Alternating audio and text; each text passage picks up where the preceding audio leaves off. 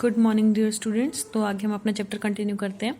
Next है हमारे पास catalytic property. आपको पता ही है, ये हमने प्रॉपर्टी में पीछे पढ़ा ही था कि जो ट्रांजिशन मेटल होते हैं वो एज अ कैटलिस्ट यूज होते हैं। ट्रांजिशन मेटल भी और ट्रांजिशन मेटल से बनने वाले जो कॉम्प्लेक्स होते हैं, ठीक है, मेटल लिगेंड का जो कॉम्प्लेक्स होता है वो भी एज अ कैटलिस्ट यूज होता है। Many transition element act as catalyst. For example, vanadium as V2O5. vanadium का एक कॉम्प्लेक्स है, vanadium का ऑक्साइड है V2O5, वो एज अ कैटलिस्ट यूज होता है इन कॉन्टेक्ट प्रोसेस। क्या नाम है प्रोसेस का? Contact process. उसमें H2SO4 बनता है।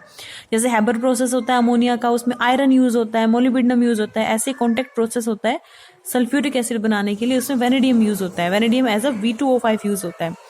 कॉपर फिशर ट्रॉप प्रोसेस होता है, उसमें cobalt as a catalyst use होता है।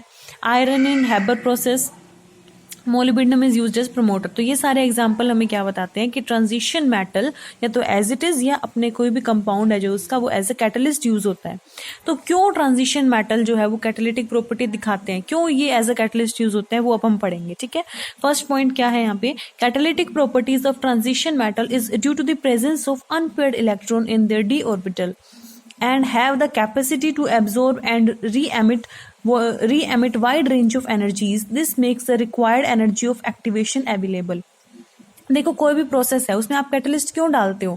कैटलिस्ट का काम क्या होता है? सबसे पहले तो ये समझो कैटलिस्ट का काम क्या होता है कि कोई भी रिएक्शन मान लो हमारी बहुत स्लो है, तो कैटलिस्ट अगर हम उसमें डाल दें तो वो रिएक्शन की स्पीड को बढ़ा देता है। तो बेसिकली कैटलिस्ट हम किस लिए डाल रहे हैं? ताकि रिएक्शन को वो करा सके, ज्यादा फास्टली करा सके। ठीक है, कोई भी रिएक्शन होती है उसको होने के लिए कुछ एक्टिवेशन एनर्जी चाहिए होती है। Certain amount of activation energy is required for the reaction to happen.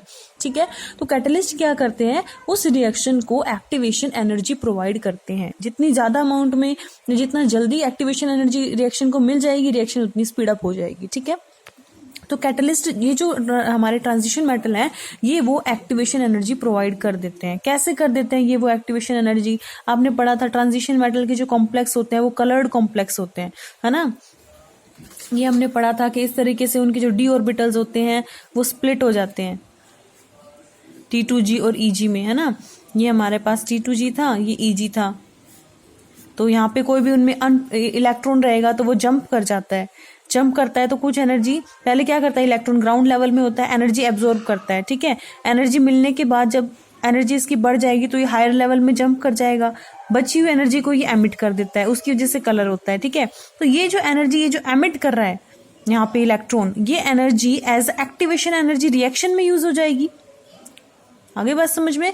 ठीक है, तो ये जो एनर्जी एमिट हो रही है यही एज एक्टिवेशन एनर्जी काम कर सकती है हमारी रिएक्शन के लिए। तो जो ट्रांजिशन मेटल कॉम्प्लेक्स होते हैं वो क्या करते हैं, ऐसे इसी प्रोसेस के द्वारा जो होते हैं वो एनर्जी प्रोवाइड कराते हैं रिएक्शन को, जो एनर्जी वो एक्टिवेशन एनर्जी की तरह काम आ जाती है।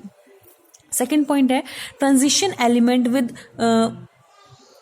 variable oxidation state form intermediate compound. The change in oxidation state may metal help the reaction in the form of intermediate complex. Simple सी बात है इसमें कि जैसे हम मान लो कोई भी हम कॉम्प्लेक्स यूज कर रहे हैं, जैसे हमने वेनेडियम का एग्जांपल लिया था। कॉन्टेक्ट प्रोसेस में क्या होता है, vanadium as a catalyst use होता है V2O5 के रूप में। ठीक है, इसकी फॉर्म में इसका ऑक्साइड यूज होता है वेनेडियम का।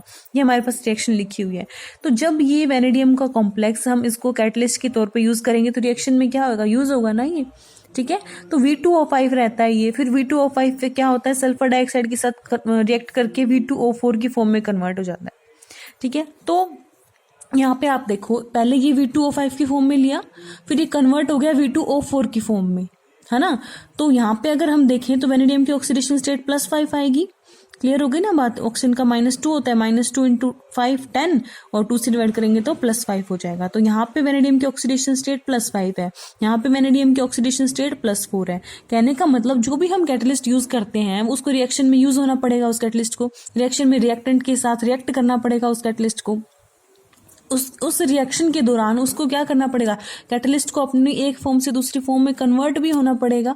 ठीक है, तो कैटलिस्ट में जो मेटल है वो कैसा होना चाहिए, वो वेरिएबल ऑक्सीडेशन स्टेट दिखा सके, वो ऐसा होना चाहिए, तभी वो कन्वर्ट हो सकता है। जैसे यहाँ पे वेनेडियम है, +5 में था, +5 से +4 में कन्वर्ट हो गया, तो वेनेडियम दिखा सकता है ये ऑक्सीडेशन स्टेट, तभी तो ये रिएक्शन पॉसिबल हुई ना। अगर वेनेडियम की पास ये प्रॉपर्टी नहीं होती कि वो भाई +5 भी दिखा दे +4 भी दिखा दे, तो क्या ये कभी कन्वर्जन हो जाता? नहीं होता। होता तो क्या ये रिएक्शन कभी हो पाती? नहीं हो पाती। ठीक है, तो जो ट्रांजिशन मेटल्स होते हैं उनकी ये प्रॉपर्टी होती है कि वो एक से ज़्यादा ऑक्सीडेशन स्टेट शो करते हैं, इसीलिए वो अलग अलग टाइप के कंपाउंड्स में कन्वर्ट हो सकते हैं ड्यूरिंग द रिएक्शन, इसीलिए वो एज अ कैटलिस्ट यूज हो सकते हैं। आगे बात समझ में 2 पॉइंट हो गए हैं। थर्ड क्या कहता है? Transition metal provide large surface area with free valencies on which the reactant and reactants are absorbed, so concentration of reactant on the surface of catalyst increase, hence the rate of reaction increase। ठीक है, catalyst जितना ज्यादा surface area provide करेगा उतनी ही reaction क्या होगी, reaction को होने के चांसेस उतने ज़्यादा बढ़ जाते हैं। तो तीसरा पॉइंट क्या कहता है कि जो ट्रांजिशन मेटल्स होते हैं वो लार्ज सरफेस एरिया प्रोवाइड कराते हैं रिएक्शन में। लार्ज सरफेस एरिया होगा तो क्या होगा, जितना ज़्यादा सरफेस एरिया रहेगा उतना ही जो हमारे रिएक्टेंट है वो आके उस पर स्टिक कर सकते हैं और रिएक्टेंट्स के आपस में रिएक्शन होने के चांस उतने ही ज़्यादा बढ़ जाते हैं, रिएक्शन उतनी ही स्पीड अप हो जाती है। ठीक है, तो ये बहुत ही इंपॉर्टेंट क्वेश्चन है हमारा कैटालिटिक प्रॉपर्टी का कि why transition metal show catalytic property.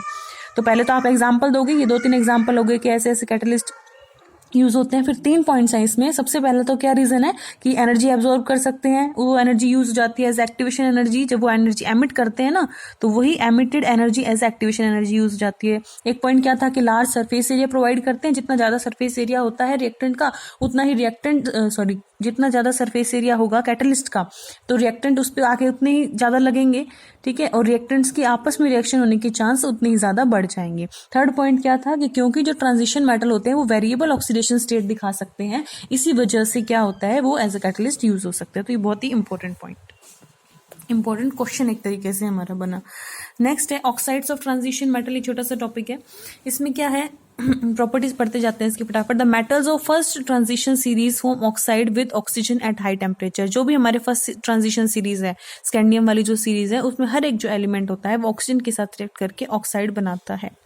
All metal except scandium form the oxide of the formula MO। सभी के सभी मेटल MO टाइप का ऑक्साइड बनाएंगे, किसको छोड़ के? स्कैंडियम को छोड़ के। थर्ड पॉइंट क्या है जो इंपॉर्टेंट है सबसे ज्यादा इसमें, as the oxidation number of metal increase ionic character decrease. जैसे जैसे मेटल का ऑक्सीडेशन नंबर बढ़ेगा उसके ऑक्साइड में, वैसे वैसे उसका आयनिक कैरेक्टर क्या हो जाएगा? डिक्रीज हो जाएगा। अब ये 2 पॉइंट्स आप ध्यान रखना। मान लो एक छोटा सा क्वेश्चन इसमें कभी कभी 1 नंबर का पूछ लिया जाता है कि एक मेटल दे दिया उसको आपको और उसमें उसी मेटल के ऑक्साइड दे दिए अलग अलग, तो बताओ कौन से ऑक्साइड में आयनिक कैरेक्टर ज्यादा होगा, बताओ कौन से ऑक्साइड में कोवलेंट कैरेक्टर ज्यादा होगा, बताओ कौन से ऑक्साइड में एसिडिक कैरेक्टर ज्यादा होगा या बेसिक कैरेक्टर। इस तरीके से तो ये 2 पॉइंट हमें याद रखने हैं। पहला क्या है? Metal high oxidation state. अगर मेटल हमारा हाई ऑक्सीडेशन स्टेट में है तो उसमें कोवलेंट कैरेक्टर ज्यादा होगा प्लस उसमें एसिडिक नेचर होगा। हाई ऑक्सीडेशन स्टेट में अगर रहेगा तो कोवलेंट कैरेक्टर ज्यादा होगा और एसिडिक नेचर ज्यादा होगा। यही अगर लो ऑक्सीडेशन स्टेट में तो उल्टा हो जाएगा, आयनिक कैरेक्टर ज्यादा